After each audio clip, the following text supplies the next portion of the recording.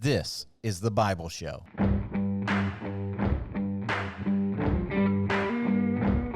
Welcome, folks, to another episode of the Bible Show. My name is Sam. Joining me is Will. And we are continuing our series now in Exodus, and we're jumping into chapter 2. But this week marks a new kind of territory for us. So we launched the Bible Show daily this week, and we would love for you to comment if you have any suggestions that aren't too crazy. Like we're not... No, send us those two. Just know Will likes the crazy. Will likes the crazy. But if there's anything that you would like to see, or topics or books that you would like us to get into in the dailies, we would love those suggestions. So please do leave comments there. As for our normal Wednesday longer episodes, we're going to continue through the book of Exodus, walking through the life of Moses, who is a massive figure in not only redemptive history in the Bible, but just world history. Mm-hmm. There are so many different faith traditions that trace their way back to Moses, including, he's seen as kind of the father of Judaism that comes with the law that comes at Mount Sinai. He's a revered figure in Islam. He's very much a revered figure in Christianity. And he's kind of the central figure that shows us this enormous pattern of salvation that God unveils in the story of Exodus that's pointing us to Jesus, which is something that might be difficult for people to wrap their minds around. But Jesus himself said, if you believed Moses, you would believe me, for he wrote about me. And he talks about how Moses, the law, all the prophets were writing about him when he's talking to the disciples on the road to Emmaus. And so as we're walking through this story, that's what we want to be mindful of. Like, how is all of this, one, painting this beautiful picture about the character of God and his heart to redeem and deliver and rescue people. But then also, how is this, in a sense, prophetically casting a type or a shadow that is looking forward to the greater deliverer to come? Yeah, it's a new way to read the Bible for a lot of us. Yeah. I like seeing that huge arc that's not just, okay, these are details. Moses was a real person who freed the people from slavery, but those little details and the bigger arc of redemption, it's just really cool how God works. Yeah, and when you start seeing it, you can't unsee it. You'll start to notice these patterns that are all kind of winking and nodding at you about, we know the fulfilled story, but then you see it and you're like, that's painting the pattern of Jesus. And God, what that does for you is, you know that God is loving because he sent his son to die on the cross, and you see that play out, and you feel the weight of what you've brought to the table, which is your sin and your shame and your guilt, and that God would pay that for you and free you from that. And so you feel all of that. But when you read the Bible like this and you begin to see that God is kind of this sovereign poet that's writing out all of history and bringing forth all of these events in a myriad of ways, you see that he is absolutely sovereign over all events, that nothing is outside of his control, that he's bringing events out in a way that glorifies the mission of his son, that's pointing to our redemption. And you just begin to see like there is purpose behind even the littlest things as you're walking through the scripture. I mean, even the things that aren't necessarily pointing to Jesus. Today's passage, we're going to see that God is painting patterns that remind you of Jacob. He's painting patterns that remind you and bring out Egyptian myths that then make Moses kind of an interesting figure, and how he's telling the story, because all of these things in his sovereignty, he's weaving together the story in a way that makes you go, whoa, this God is awesome. Yeah, it's a good reminder that's not just for Moses. It's not like God just had his eye on Moses, but for all of us. Yeah, that's right. Like there's no coincidences in any of our lives. We can trust that today by reading a story like Moses and seeing something bigger. Yeah, and so in today's chapter, it's the famous chapter where Moses is going to be born. He's going to be put off into the Nile and float away. He'll kill the Egyptian and run off into exile. And then the people of Israel are crying out to God, and God hears them, sees them, remembers them. But where we left off in the last chapter is Pharaoh is seeing this group of people, the Israelites, who have been put into very oppressive slavery. But what's the issue for Pharaoh? What's the problem? Just too many of them. They're growing. Like they are growing leaps and bounds. They are fruitful and multiplying. He's like, man, they're becoming so numerous that if there ever is a slave revolt, they're going to join our enemies. And like, we'll be in danger of being overthrown as an empire, as a kingdom. And so the end of chapter 1 is Pharaoh commanding all of his people, every son that is born to the Hebrews, you shall cast into the Nile, but you shall let every daughter live. And we jump into verse 1 of chapter 2, is under these conditions, says, now a man from the house of Levi went and took as his wife a Levite woman. Now, this is before we learn that the Levites are going to be the priest. We learn that later on through Moses. But are you surprised that when God is choosing to bring forth the Redeemer, the one who's going to deliver them and all those kinds of things, that he's beginning the story from the house of Levi? Yeah, from what we read in Genesis. Yeah, the blessing that was given to Levi and Simeon was like, your swords, it's not great. Like, they're violent. And so here all of a sudden you're like, oh, from the house of Levi. Well, this isn't going to be good. This is going to be somebody who's, violent and untrustworthy. And only brings division. And only brings division. And here again, you're going to see God go, well, let's see, which of these tribes is a mess? Which one? And he picks from the messy one and is going to bring forth a deliverer from them. And he took as his wife a Levite woman. Now, we know from later on in Numbers 26 and elsewhere that the father's name is Amram and the mother's name is Jochebed. So these are the two things. I didn't know that. You didn't know that? All right. Right now. So there's some worthless, well, not worthless, but unknown trivia. facts. There you go for you. So verse 2, it says, the woman conceived and bore a son, and when she saw that he was a fine child, she hid him for 3 months. So the word, what? If he wasn't fine, are you going to explain that?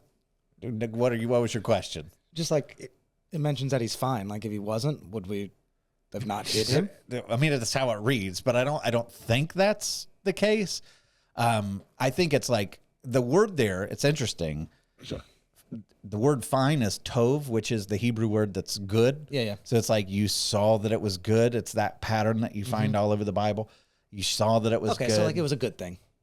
And you took and consumed, and then bad things happen. Well, she sees that the child is good and fine,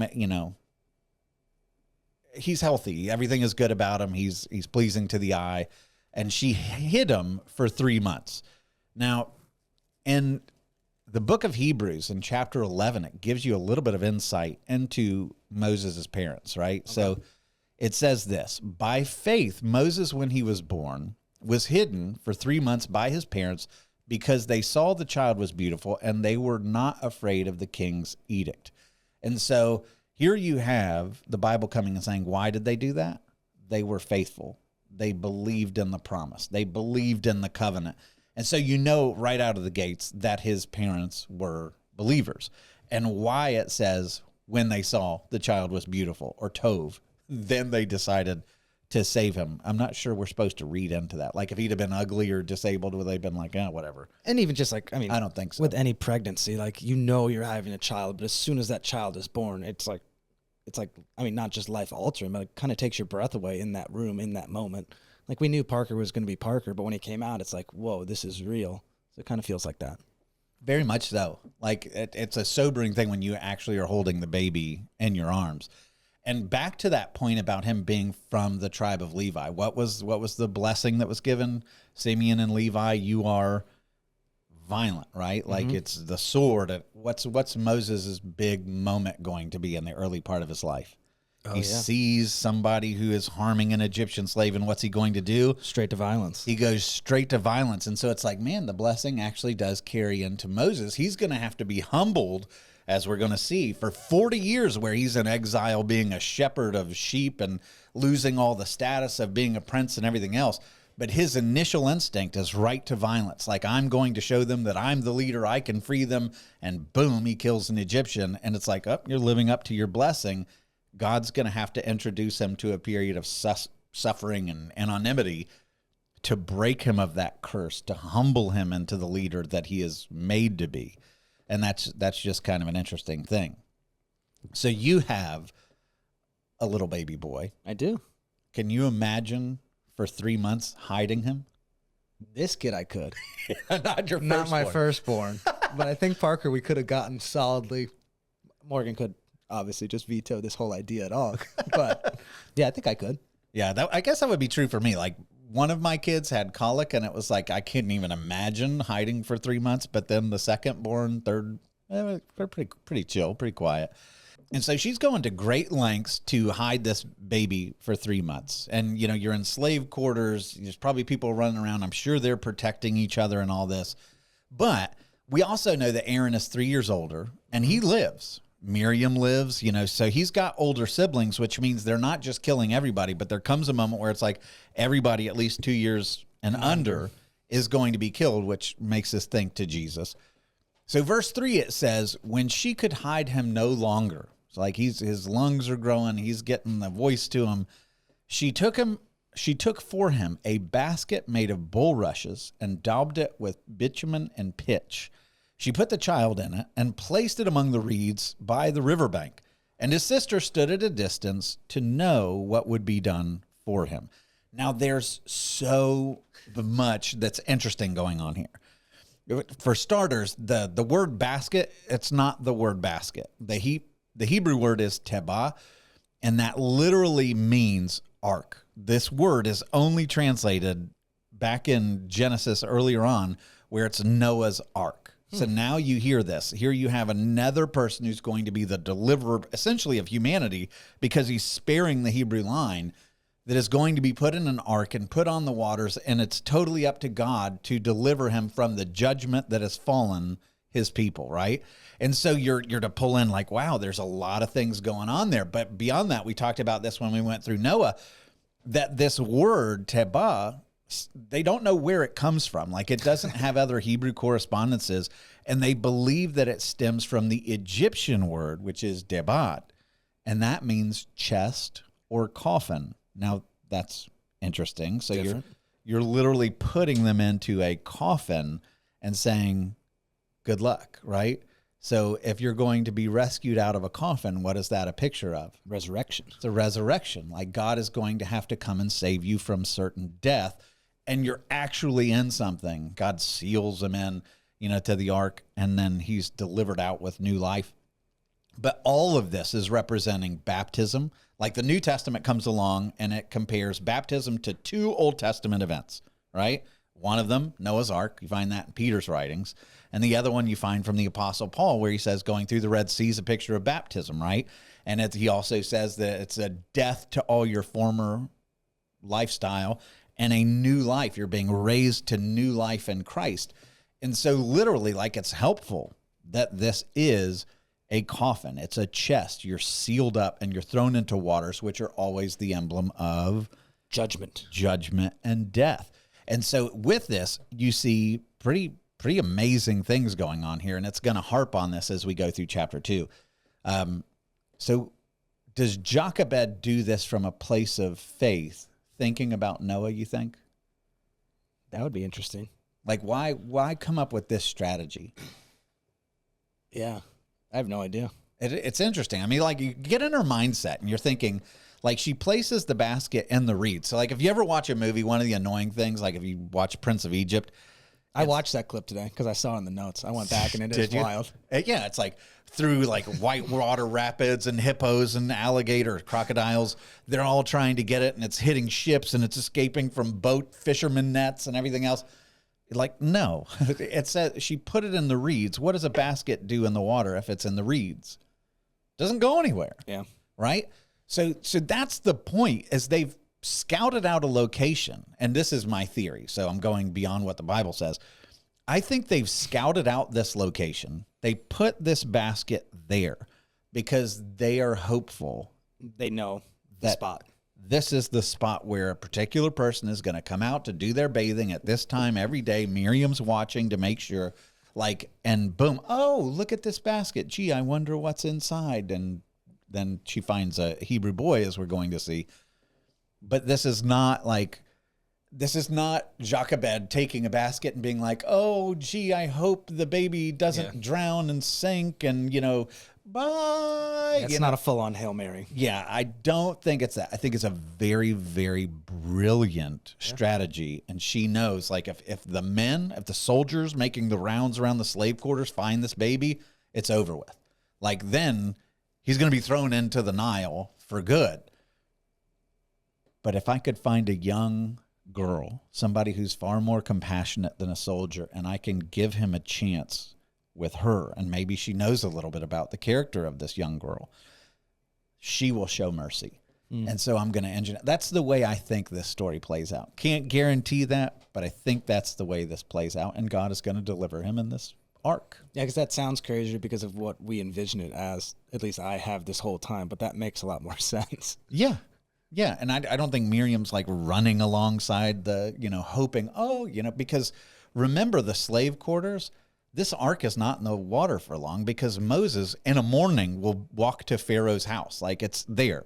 Pharaoh's house is there in the slave city. And so this basket doesn't float away for miles and miles and miles. It's there. It all happens right there. So anyway, verse 5, it says, now the daughter of Pharaoh came down to bathe at the river. Oh, gee, what a surprise. While her young women walked beside the river, and she saw the basket where? Among the reeds. Among the reeds. It's not floating down the middle of the river. It's caught up in the reeds. Like, that's very intentional. And so she sent her servant woman, and she took it. Now, we know, you can look this up from Avaris, which is the place of this slave city, the archaeologist Manfred Betek, we talked about. Good old Manfred. Our guy. But we know that the pharaohs of the 18th dynasty, which is when Moses happens, have a waterfront palace at Avaris. We've uncovered it. We've got the ruins of it. So we can see actually the place where I think this is where the Pharaoh's daughter would have come out and gone down to bathe. It's right on the Nile River. And when she opened it, she saw the child, and behold, the baby was crying. She took pity on him because that's the kind of person she is. She's not a soldier that would have slaughtered him or thrown him in the river. She took pity on him and said, this is one of the Hebrews' children. Now, just pause here. How does she immediately identify this baby as Hebrew? By the sign. By the sign. What do you mean, Will? By the circumcision. By the circumcision, right? Like she opens, if you look at the skin tones or whatever, like you can mix up people from that region, but there's a sign that's undeniable. She opens this ark and sees this is a Hebrew. He is circumcised. His parents are faithful. So like, again, to pick on the Prince of Egypt, like when Moses is 40 in that movie, he's like, oh, I'm a Hebrew, and then has to go through all like the trauma of figuring out that he is one of the slave class. And no, like every time he went to the bathroom, he'd be like, I'm a Hebrew. He's been holding it in for a while. Right? But I don't even think that. I think everybody knew it. I think that's why he's 40 years old and unmarried, because it's like, in one sense, well, I am the son of Pharaoh's daughter, so like kinda in their mind. get the privileges of royalty, but at the same time, nobody in Egypt wants to marry a Hebrew because we're considered detestable. So he's 40 years old and unmarried. He doesn't have a home team. He's got a lot of things that aren't going right, but he knows his whole life that he's a Hebrew, right? And Hebrews chapter 11, verse 24, listen to what it says about how he grows up. It says, by faith, Moses, when he was grown up, refused to be called the son of Pharaoh's daughter, choosing rather to be mistreated with the people of God than to enjoy the fleeting pleasures of sin. He considered the reproach of Christ greater wealth than all the treasures of Egypt, for he was looking forward to the reward. And so when Moses is operating, he's operating with that, no, I belong to the kingdom of God, not to the kingdom of this world. My hope is in him. And so all the privileges and everything else that could come from being royalty, I'm not interested. I consider them rubbish for the sake of gaining that. And so we're told, like, this is how he grows up. So this also, so she opens the basket, sees that he's a Hebrew, but he's also 3 months, which as a dad, when my firstborn son was, this is going to make me look like a monster, but I'm ready for it.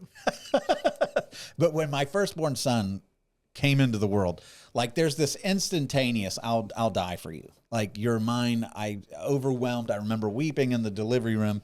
But then for like the first 6 weeks of his life, I was like, what have we done to ourselves? Like, this is not enjoyable. There's no personality. There's just crying and booping and sleepless nights and like, holy moly, what have we signed up for? And about 2 months in, when you get that first smile or that first giggle and you see the personality start shining through, it just changes. It becomes fun. Like, and parenthood becomes more and more fun. There's challenges with all of it. But as they grow and they're able to express themselves, the more you are like tied to them. And I think there was a benefit to waiting until he's 3 months old for her to open it up and to see his distress, right? Because it's not just a newborn that's doesn't What's going isn't on, able yeah. to express those things. But she sees that he's in distress. She's going to be seeing that he smiles and all those kinds of things, which maybe played into her sympathies a little more. All right, so verse 7, you get the sense, like, again, that this is pre-planned. Because notice what verse 6 does not say. It does not say that Pharaoh's daughter looked and saw a child. She does have pity on him, but she doesn't say, I'm going to adopt him. Yeah. Like, she hasn't made plans to surround herself with somebody that's going to make this easy. She's just like, oh my goodness, look at this poor baby, right? She's acknowledged his existence. Right? But Miriam is over here watching the whole thing. And it's like, cue Miriam. And so then Miriam comes in and says to Pharaoh's daughter, basically, do you want me to take care of everything? Like, you won't have to lift a finger. Shall I go and call a nurse from the Hebrew women to nurse the child for you? In other words, I'm going to take this baby. And back in the day, like a nursemaid in Egypt, we talked about this. Will was not a fan. But a nursemaid in Egypt typically nursed a child till they were 3 to 5 years old. Like, what's your rule? If they can ask for it, they don't get it like that. I know you didn't want to say that. So anyway, I put him on the spot. Be nice to him. If you're nursing your kid at there's no 28 years old, judgment, whatever. Anyway, she says, shall I go and call a nurse from the Hebrew women to nurse the child for you? Let me take care of all the details. And so Pharaoh's daughter said, oh, go. And so the girl went and called the child's mother, Jochebed. Pharaoh's daughter said to her, take this child away and nurse him for me. Like, I don't want to have to deal with this. Yeah. You've got it. Raise him up until he's an age where he can start being trained to be in the royal family, and then we'll take over. But you go do this, and I will give you your wages. So the woman took the child and nursed him. So imagine this. I mean, what a plan. Right? Like, everything just fell into their lap. Like, one, you get to keep your son. But two, all of your slave labor, I'm pulling you away from. Your full-time job is going to be to take care of your kid. And you're going to get paid for it. What's up? So, like, the brilliance of this plan and how it worked out is so awesome. And by the way, we have old papyrus documents that talk about how long to nurse in Egypt, and like 3 years happens a lot. And there are carvings and different cave tomb paintings. Lots of statues you can go find out there, folks. Yeah, I shared them with Will. He wasn't a fan. But anyway, like, they're older, larger kids. And so God, here's the thing in this story that I came across yesterday. And it was like, I already know that in the Moses story, God is going to, like, go after the Egyptian gods, show that they're all utterly worthless. But in this story, I saw something that, for me, blows my mind. Like, this was amazing. And so we know about this particular story. God is comparing Moses to the Egyptian god Osiris in a very intentional way. Like, he is sending a message that this one is set apart, far greater than anything that Egypt has to offer, and what he will bring in this life is really profound. Like, Osiris is the Egyptian god of the resurrection and the afterlife, right? He controlled the underworld, the dead. If you hope to ever be reborn in the afterlife, you had to go through Osiris. And so what do we know about Osiris? There's a guy, Plutarch. Hang with me, because this is, like, fascinating. I promise. There's a guy named Plutarch who writes a myth about the myth of Isis, who's the wife of Osiris. She's the goddess of healing and different things like that. But listen to what happens. So Osiris comes along, and he's, the green-skinned Egyptian god, and he's in charge of fertility. His bloodstream is the Nile River. He brings fertility and crops and everything else in the afterlife. And so he's amazing, and he's one of the first one that comes to the Egyptians, and he delivers them from, quote, their destitute and brutish manner of living. He did this by showing them the fruits of cultivation and by giving them laws, hear that, and by teaching them to honor the gods. So Osiris is, like, amazing. Everybody loves him. He made Egypt great. Like, he brought all the blessings and everything else. Well, Set, who is his brother, is the god of, like, the desert, and it's like, great. Yeah. He's like, he gets the leftovers. He's not considered a great god, and he hates his brother because everybody loves Osiris. And so Set hatches a plan. Hear this. You'll pick it up real quick. So Plutarch writes this, he secretly measured Osiris's body, and then he made a beautiful chest. Guess what that word is? Ark. That's it, right? This beautiful chest or coffin of corresponding size, artistically ornamented. So it's beautiful. And so everybody sees this. Everybody wants it. They're like, wow, this thing is amazing. But everybody and he says, anybody who fits perfectly inside of this, it's yours, right? He already did the measuring. So Egyptian after Egyptian after Egyptian comes, nobody fits. And then Osiris is like, well, let me give a shot at it. So because this is what their gods do. They're really excited about wooden boxes. But so anyway, he gets inside of it. And the moment that he's inside of it, guess what Set does? Close the lid, I bet. Nice. And then hammers it all in and covers it with molten lead. And then guess what he does? He takes this basket coffin and puts it out into the Nile to float. You hear all this going on, right? Mm-hmm. And so what happens is this then floats out of the Nile into the sea. It goes to the place Byblos, which is modern-day Lebanon. And Isis, who's the wife of Osiris, is like, where's my husband gone? So she then goes on an international search, finds out where it has gone, goes to the palace of this place, and impresses them so much with the aromas and her hair braiding and everything else that they're like, you need to become a nursemaid here. Huh. That's interesting, right? And so eventually she asks for the wooden pillar in which Osiris's coffin had been enveloped. She gets, right, after being a nursemaid, then she gets Osiris and they go back. And then Set does it all over again and ends up cutting Osiris up into 14 pieces. And that story's even crazier. But what do you hear in that story? Yeah, the similarities.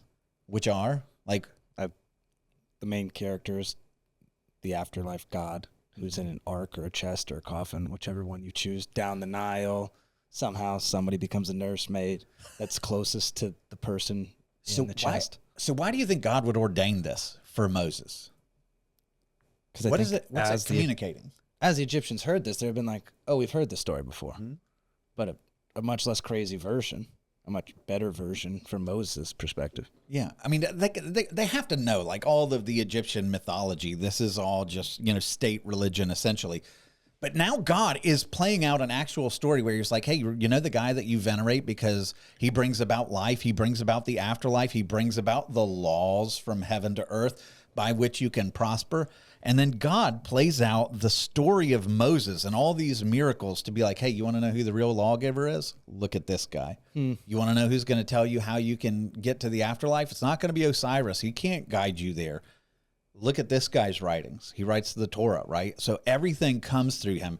And in Exodus 7:1, in case we're confused about this, listen to what God says to Moses, right? Exodus 7:1, it says, then the Lord said to Moses, now hear this, I make you as God to Pharaoh. And so what is God on a mission to do? He wants Moses to stand before Pharaoh and to be as God. Like you are an ambassador from the heavens to stand with authority on behalf of God himself to Pharaoh that all of these people are deluded into thinking is a God. No. I'm writing your story so that from the get-go, you have the stamp of approval of the heavens that you're greater than Osiris. Everybody's going to go, wait, whoa, how was he born? What happened to him? Wow. I think that's what's going on here. It's fascinating. Yeah, it is. So, and God is going to do that more and more and more throughout this story to where he takes the Egyptian myths and he's like, sound familiar? And he's going to prove that they're garbage and that his story is legit. And if this one's vague for you as you're listening, just know as we get deeper into this, the plagues are definitely more one-on-one, more clear. So it is, if you're like... Yeah, every single one of the 10 plagues, spoiler, is tackling Egyptian gods and just proving that they're worthless and that God is the one true God. And it's fascinating how he does this. It gives it so much more meaning. So verse 10, it says, when the child grew older, she brought him to Pharaoh's daughter, and he became her son. She named him Moses because, she said, I drew him out of water. And that's interesting that, the Hebrew side's kind of in charge of the timeline. Because it doesn't sound like the princess was ever like, all right, I'll take my baby now. Yeah. It's like, again, Miriam's like, all right, now's the time. Like, it's time to do this. Yeah, they're steering. And so like some of the youngest memories and everything else, like he's been brought up in a Hebrew household until whenever. So he's going to have memories of And that. speak Hebrew, I assume. And speak Hebrew. He's going to be trained up in Egyptian. That's what Acts chapter 7, verse 22 says this, that Moses was instructed in all the wisdom of the Egyptians. So you got to think, so he's got the Hebrew identity, he's circumcised, he knows that, he's raised up, he's seen it, he knows to identify with these people and this God, and yet he's given the benefit of all the fields of Egyptian study, which would be what? I mean, you think about it. Like if you're being trained up as a prince of Egypt, you're going to know warfare, you're going to know combat, you're going to know Egyptian philosophies, you're going to know Egyptian medicine, you're going to know Math. Yeah. Thanks. All of those, which by the way, like they were pretty advanced in the world at that time. So, but he's going to get this incredible education in the best of both worlds. And God is fusing these together in this one man, because none of this is a surprise to God. And he is sovereignly ordaining this story to go exactly where he intends it to go. And apart from rejecting the Egyptian mythology, he's just growing. And so here, to be drawn out of water in the Bible is an expression of salvation. So the fact that he's named in Egyptian Moses, which means to be drawn out or to be born from, like that is a statement of salvation, ironically. Because you think about all the stories in Scripture where somebody is rescued out of water. What do you think of? The ark. The ark. You go to what Moses will do at the Red Sea. You think Jonah. You go back to creation where God has to separate the water so that life can emerge. You think Jesus walking on water. You think of all the times in the Psalms and prophets where they're talking about being rescued out of deep waters. We still to this day talk about deep waters. And so the fact that his name is being drawn out of the water, it's a name of salvation in the Bible, right? In the Egyptian culture, this is a royal name, which we don't think of often, but like famous pharaohs. Thutmose, which comes from the Egyptian god Thoth. Moses means born of the Egyptian god Thoth, or Ramses. We say Ramses, but it's Ra, Moses, which is born of Ra or coming from Ra. So Moses is an Egyptian name. Moses, Ka Moses, Thutmose, Ra Moses. And so it's a sign. He's bearing Egyptian royalty going on here. And the name drawn out of waters not only looks back at this is the one who was drawn out of the waters as a baby, but it's prophetic looking forward, because what's going to be his greatest moment of triumph and salvation? the Red Sea, where he will be drawn out of the waters. When this podcast first started 1 million years ago, we chose a really dumb name because we thought it was the only one available, but out of water. At baptism, you come out of the water to newness of life. And so that was the name of the podcast. That's why I know so much about this, guys. He had to justify that podcast so often. I've been defending that he has that a name. spiel. It's true. It's actually true. So verse 11, it says, one day when Moses had grown up, so he's 40, he went out to his people and looked on their burdens. Now, how do you hear this? Like, is there anything that jumps out at you here? That he's chosen his people are not the Egyptians, but they're the Hebrews. Yep. And so, but it's also after 40 years, he's like, now I'm going to go and commingle with them. So I don't get the impression that he's constantly out in the slave fields being like, you know, you're doing great, guys. I love you. You know, one day it's going to get better, while he's in his royal stuff. It's like, so he's had this life of privilege for 40 years, the best of education, all the stuff. But one day he goes out to his people, having never related to them in their sufferings, right? And he looked on their burdens, and he saw an Egyptian beating a Hebrew, one of his people. So he, like you said, he identifies with them. And he looked this way and that, which means what? Looking around. He's nervous. He knows what he's doing is... Oh, it's premeditated. It's premeditated. It's wrong. Like there's another faith that teaches that this was like accidental, that he didn't mean to do it. No, he looked this way and that, and seeing no one, he struck down the Egyptian and hid him in the sand. And so here you see that prophesied violence, this tribe of Levi, typical Levi, you know, bringing death and violence, right? But here you see at this moment, Moses is going all in. Like this is the moment where it says that he tries to lead a revolution. He's trying to lead a great escape. Acts 7, verse 24, listen to the heart of Moses. It says, and seeing one of them being wronged, he defended the oppressed man and avenged him by striking down the Egyptian. Now, why does he do it? It tells us. He supposed that his brothers would understand that God was giving them salvation by his hand, but they did not understand. So when Moses is taking this moment, he goes out there at the age of 40, at the pinnacle of his power. Like if there's ever going to be a moment where I've got the opportunity to lead some kind of a slave revolution, now's the time. He goes out there, sees one of them suffering, kills an Egyptian, and he's thinking they're going to love me. This will make them loyal to me. If they see that I'm like firmly on their side, I'm willing to kill for them, they're going to come behind me. We'll be able to bring their freedom. And that just does not happen. I love the courageous stand here to defend the oppressed, but this was not God's plan. This was not God's timing for him. And he goes about it trying to engineer an outcome rather than waiting on God's timing. And I think that's a really helpful, because usually you just read it like, oh, he lashed out in anger. He killed an Egyptian. Now Pharaoh wants to kill him purely because of that murder. So now he runs. And for 40 years, he seems like he has this huge weight and burden. Like, it's like this huge hurt over this one instant. And it makes more sense that like it's because he was rejected mostly.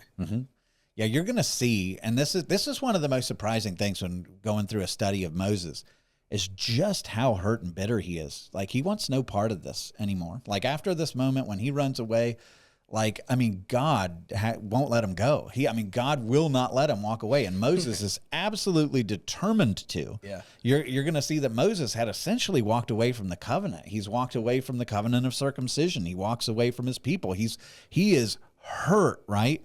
And so he's expecting at 40, I'm going to lead them. But verse 13, it says, when he went out the next day, behold, 2 Hebrews are struggling together. So now they're fighting each other. And he said to the man in the wrong, why do you strike your companion? And the guy answered, who made you a prince and judge over us? Do you mean to kill me as you killed the Egyptian? And Moses was afraid. And he thought, oh, surely this thing is known. And so he was willing to risk everything in this moment to rescue the Israelites, and they don't want him. Like he just traded in all the comfort, all the education, all the wealth, all the status, everything. And he's like, hey, let me help you. And they're like, who are you? Like, go away. Yeah. And here's the other thing is he knows when they say, who are you? He's like, oh no, they're not only do they not want me, but they resent me so much that they're going to tell. They're going to go and turn me in. Like, not only is it, oh, you killed that Egyptian, you're going to go to Pharaoh with this and turn against me. You actively want me destroyed. And that's going to be exactly what happens. But having a Hebrew bloodline didn't command their loyalties even a little bit. So Moses, his whole life has been not really a true Egyptian, not really relating to the Hebrews, in this moment where he's like, I'm in. They don't want him. Yeah. And so now he's homeless without a team for even longer. In verse 15, it said, when Pharaoh heard of it, which means what? They told. Which is a crazy fact when you actually think about it. Like, this is the one, as you're reading this book, you're like, I think this, like you said, kind of opens up the whole thing. Yeah. And it's just gross. Like, this is somebody who came to your defense, and you're trying to cash in by being like, oh, Pharaoh, guess what news I have? Guess who is a traitor to your cause? And they turn him in. And so this is going to sit on Moses for the next 40 years. This is them. I don't want to be a part of this. I don't want to be a part of the mission. I don't want to go back there. I don't want to deal with this. Find someone else. I'm not circumcising my kids. Like, I'm hurt and bitter. And you're going to see that play out, I think, in the next couple of weeks. But when Pharaoh heard of it, he sought to kill Moses. So here you have both sides want nothing to do with him. In fact, Pharaoh wants to kill him. But Moses fled from Pharaoh and stayed in the land of Midian, and he sat down by a well. Now, why not go to Israel? Why not go to the promised land? Like, hey, this is where Abraham and Isaac and Jacob were from. Like, I should go there. Was that purely just I got to go to the fastest place to get out of here? Maybe. Like instead of going all the way from, I don't know. But in that period, Egypt controlled all of the promised land. All the cities there were vassal kings that paid tribute to so Egypt. It wouldn't matter. So if he goes there and they find out that he's a fugitive, guess what's happening? Ship him back home. You're going back and you're going to face the music. Midian is outside the boundaries of Egypt. So he wants out. He wants nothing to do with Egypt. He doesn't go to Israel. And the Midianites were descendants of Abraham, so they're kind of family. Midian was one of the sons of Abraham's other wife, Keturah, that he marries after Sarah. Yes. And so they're kind of family. You know, they do believe in monotheism, even though they got some really screwed up theology. But he goes 350 miles away from Egypt. And as far as he's concerned, like, I'm convinced that he was planning to be gone for good. Yeah. Like, he's convinced that his story with the people of God are over, but he sits down at a well. So what do you know is coming? He's finding a wife. He's finding a wife. This is the meeting spot. This is like the watering hole. dating apps of the ancient world, or wells. So it says, now the priest of Midian had 7 daughters, and they came and drew water and filled the troughs to water their father's flock. The shepherds came and drove them away. So this is, ancient culture. Women are very much inferior. So the shepherds come and it's like, go away, it's ours. But Moses stood up and saved them and watered the flock. So now what do you think? He's a good guy again. He's a good guy. And here's the thing. Shepherds, plural, come, and Moses, singular, fights them and wins and drives them away. Which means, what about Moses? He's shredded and muscular and fast. He brought a sword with him. He's a bad man. Like, he's been trained up in all the best stuff of Egypt. He knows combat. He knows fighting. He defeats plural guys. And you see also that this guy has a deep sense of justice. He's got a heart for those that are abused or neglected, right? And it's not just, hey, I'll die, I'm going to kill the Egyptian for the sake of Hebrews that are my people, hoping to lead a revolt or whatever and be the leader. This is like, hey, here's some women that nobody cares about. They're Midianites, and a group of guys that are harassing them and being a problem. And I'm going to risk everything that I am because it's wrong for them to do that. I'm going to defend the weak. And that is going to be the heart of Moses. Like, he is a good man who has justice kind of seared into his heart. He fights for the oppressed. You'll find that all through the law of Moses. And he also is humbly willing to serve these women, like, which should make you think of all the different well stories. Do you remember when Eliezer, Abraham's servant, is coming to the well and he's like, I'm trying to find a bride for Isaac. So here's the test, God. Make a woman come forward and not only offer me water, but water all of my camels too. And it's like, that would be a really incredibly selfless, humble, incredibly servant-hearted person if you could find a bride to do that. And sure enough, Rebecca comes forward and does that.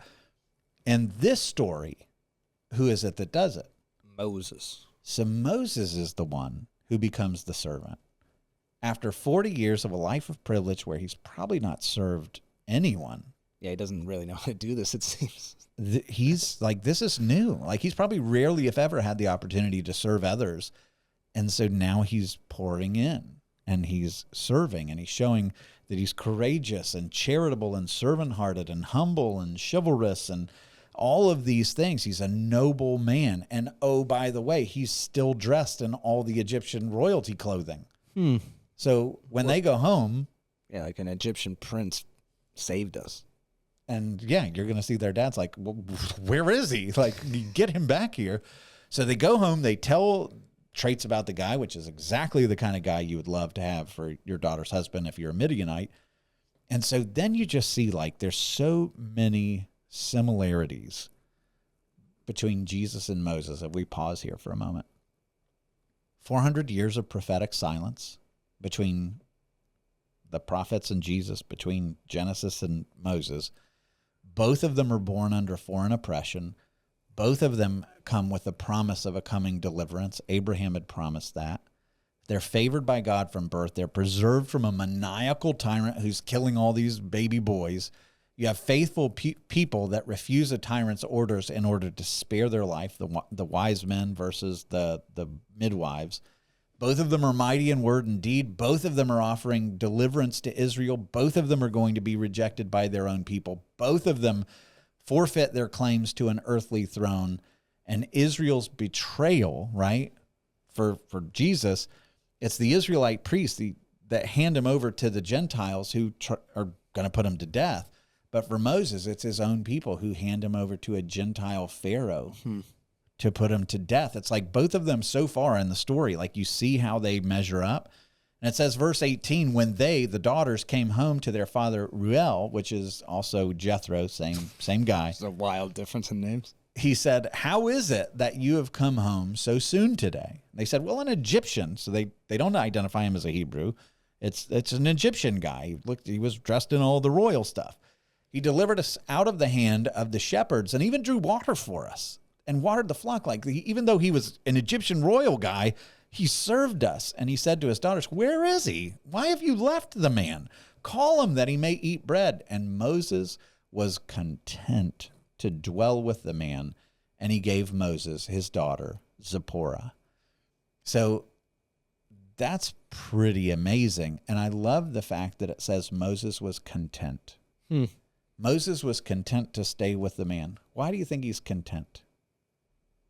I mean, he doesn't have a lot of options. I mean, this True. is finally what he wanted.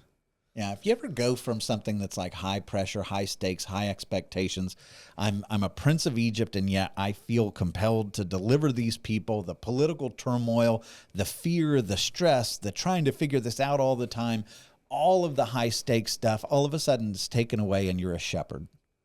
Like, hard work, but it's not something that's going to keep you up at night. Yeah.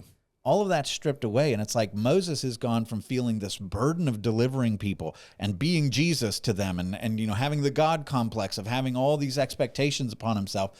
And when all that's stripped away, I think what this is telling you is Moses no longer feels the stress of having to figure all that out. He's laid it all down, and he's content to just dwell there under the authority of a father-in-law who's just going to tell him where to go, where to take the sheep. I got nothing else on me. I'm perfectly pleased to just sit here and have a life of very little consequence in the eternal scheme of things. Just leave me alone. Yeah. I need a simple life. I need to stop stressing about everything. I'm happy to just chase sheep around. Yeah, like you said earlier, he doesn't want to be the guy. Yeah, Like, there's no guy that doesn't want to be the guy more than Moses. Yeah. And here you find, again, the theme of the wells. He gets the daughter, Zipporah. This is he's going to build a family with. So Great name. he's got this really simple life that's just been dumped into his lap. All of the really big expectations are taken away. But now here's another pattern that starts to emerge in the story of Moses, because God is so sovereignly just amazing. And he expects us to see this. And there's patterns, and it's just undeniable when you see them put together. He's becoming a new Jacob. In this moment, it wants you to recognize that he is a struggling guy. And it says, you want to know who was a struggling guy? You want to know who was a total scoundrel who really screwed up all along the way? Jacob. Well, let me tell you how Moses is a lot like Jacob. So let's just walk through it. Ready? Yep. They both attempt to expedite God's plan with their own scheming, right? True. So, and for both of them, it backfires, right? Doesn't go the way they expect. Next. They're both forced into exile, sent away from their own homes. Both of them leave penniless. Even though they come from homes of tremendous wealth, they have to leave all of that behind. They face murderous threats from people inside their own houses. They rescue their future brides at wells where they have to perform great feats of strength and honor. What does Jacob do? You remember? He takes the rock off. A huge ceiling stone over the mouth of the well that he's strong enough to do all by himself when it normally takes multiple people. And then you have Moses, who's, driving the evil guys away. They're both employed by their father-in-laws to work as shepherds. Yeah. They both build a family during their time in exile. They both drift into faithlessness to the Lord's covenant. You'll see that with Moses in a minute. Jacob drifts into idolatry or flirting with it. He allows his family to be consumed in it. Moses isn't going to circumcise his kids, which I think is a sign of hurt with God. But you're going to see that both of them learn that God will not let them go. Even though they're wayward and even though they're rebellious, God's like, nope, you're coming with me. He chases them to the far country and says, you're my guy. I'm doubling down on you. You're the one I want to lead this. And he does that with both of them. And by the way, as you're going to see in the story of Moses, it's those rough circumstances, just like the rough circumstances and the suffering conformed Jacob into a good man. Moses needed this. He went from being a prince who thought that he had it all figured out and all the power and everything else, and he's going to walk through 40 years as a shepherd, being humbled, because that's exactly what he needed to become the leader that God needed him to be. And God had never given up on that. Like D.L. Moody has a quote that I like where he says, Moses spent 40 years as a prince thinking he was a somebody. Then he spent 40 years as a shepherd finding out that he was a nobody. And then he spent the last 40 years of his life finding out what God can do with a nobody. And I like that. Yeah. I think that's good. So verse 22, it says, she gave birth to a son, and he called his name Gershom. For he said, I've been a sojourner in a foreign land. Now, to me, I think this is a nod to what God had promised Abraham in Genesis 15 when he says, your descendants are going to be enslaved for 400 years, right? Listen to what he says. Know for certain that your offspring will be sojourners in a land that is not theirs and will be servants there, and they will be afflicted for 400 years. So here you have Moses who has a kid and names him sojourner, like in a foreign land that's not his own. And that word means to be exiled, shoved away, like it's actually pushed out. And so Moses identifies as somebody who's unwanted. My family's unwanted. My kid's a sojourner, doesn't have a home. And that's something that in the scriptures, we're constantly referred to as sojourners, which is interesting. And this is one of those themes that you find all over the Bible. Like with people, even when they're the king, like David, right?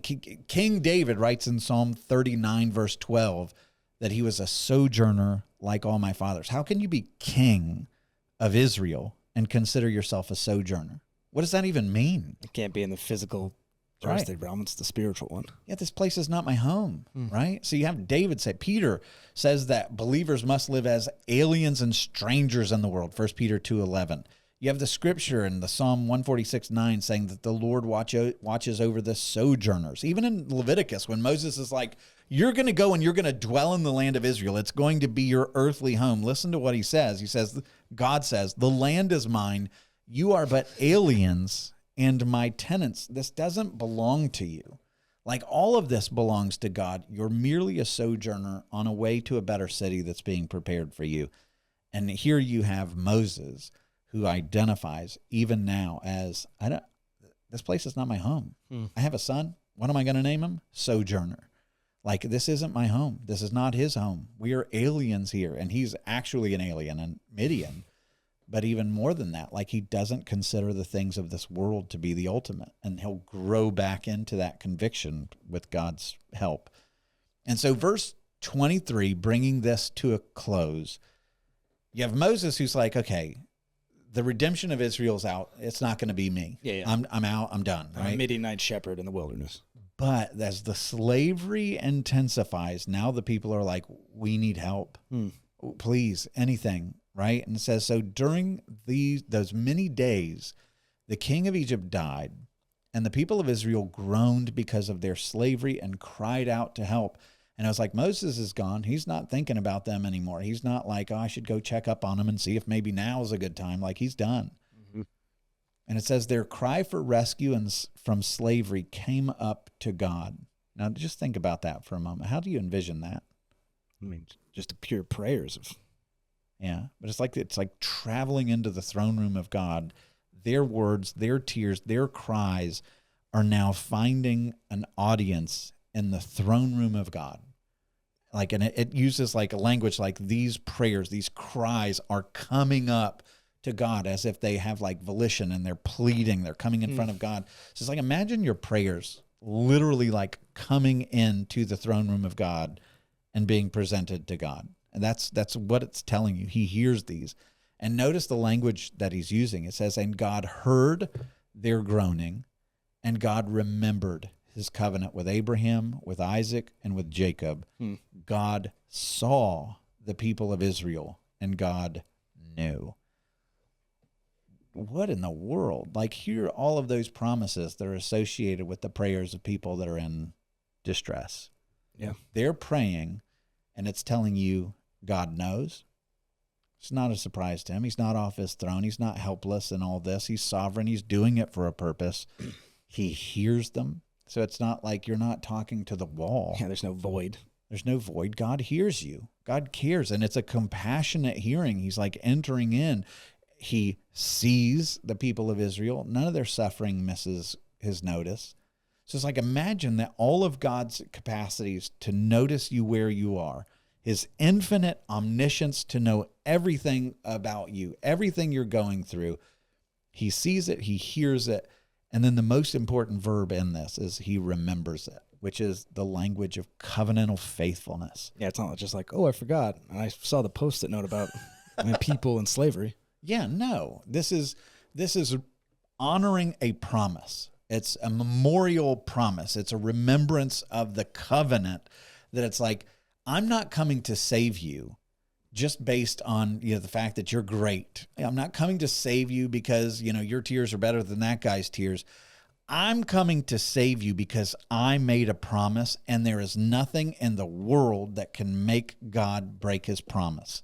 So it's like when I go before the Lord, this is weird. He loves me, but he loves me in Christ, right? He loves everything about Will, but he loves everything about Will in Christ. And the reason why you have complete access to his compassion and his mercy and his grace and everything else that you and I receive from him is because that covenant is utterly unshakable, unbreakable, and it is secured for you, not because of anything you do or qualify for, but because Christ accomplished it in a covenant that was finalized on the cross, sealed with the resurrection. Now that covenant extends to you, and you have the right to then go to God and say, remember your promise. I'm going to rest in it. I know you're a God who never walks away from your covenantal faithfulness, so I'm going to call you out on your promises.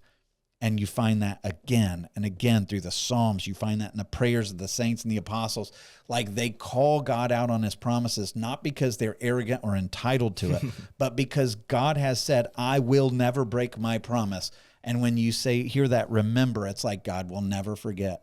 He will never forget his promise, ever. Mm-hmm. That is the power of walking in a covenant of faith with God. Is Genesis 8:1, God remembered Noah. There you have it. Genesis 19, God spared Lot because he remembered Abraham. God remembered Hannah. God, the thief on the cross. What is his one appeal? Because he at least gets this living in Israel. Remember me. I have no hope unless you remember me. It's not, oh yeah, like it's not that. It's, I promise mercy. You're appealing for it. It's yours. You will be with me today in paradise. That's the idea of remembrance. That's the Lord's Supper. Do this in remembrance of me. It's not when we take communion, we don't go, oh yeah, Jesus. It's, I'm honoring a vow, a covenant that I've made. And that more than anything else, God's not an emotional God that's like, oh, I finally saw them. Oh, I'm moved now. No, he's honoring a promise. And he sees you. He hears you. He knows everything you're walking through. And you can take comfort. It's the reason why Jochebed and Amram are continuing in the faith after 400 years. They know God's promise will not fail. And God promised Abraham, you will bring them up after 400 years. You will bring them up out of here. And they're at that moment, right, where it's like, it's been about 400 years. Like, when is this deliverance coming? Our hope is still in that because our God doesn't break his promises. And that's a cool part. Like, as we hear remembered there, like all those examples you gave, like he did something pretty quickly after it. Mm-hmm. Like there's an action to that promise, which is cool as we get to this part of ending 2 and head into 3. Like, oh, the action's about to start. Mm-hmm. But I mean, you think about all of God's promises. This one, he gives a warning. Like, hey, 400 years, 4 centuries, this is going to take. That's a lot. But even with Abraham, it's, you're going to wait 25 years. With Isaac, it's 20 years. I mean, you look at the different waiting, and for Jacob, it's 7 more years for Rachel. Whenever you look, like, God's promises tend to take years. And in our modern culture, we don't do years very well. We certainly don't do decades. And yet, in the midst of the what's coming, the turmoil of how's this going to play out, where do you throw your hope, Will? God's not going to forget. Yeah. He sees it all, hears it all, knows it all. He's going to be faithful to his promise. And so you can walk even through the suffering with the confidence of he's got this, right? You borrow hope from tomorrow. What'd you say in your sermon? Hope. What was your definition of hope? Do you remember? Hope is borrowing from the certainty of our future and applying it to the uncertainty of our present. Boom. And why is your future certain? Because Jesus handles it. Yeah. Because God promises and he remembers. So that's where our hope is. That's where their hope is. And that's where we're going to hold on to that today. Yeah, that's worth holding on to. It's the only thing to hold on to, quite frankly. But anyway, we want to thank you so much for joining us today. Hopefully this has been eye-opening and interesting. Next week, we get to one of the most profound chapters in all the Bible. This is going to be the burning bush, where God reveals his name, his covenantal name, and gives Moses some instruction. And it's just so rich and profound. I don't know that we'll be able to do it all in 1 week. Maybe we'll try. We'll see. Anyway, we hope you join us then. God bless.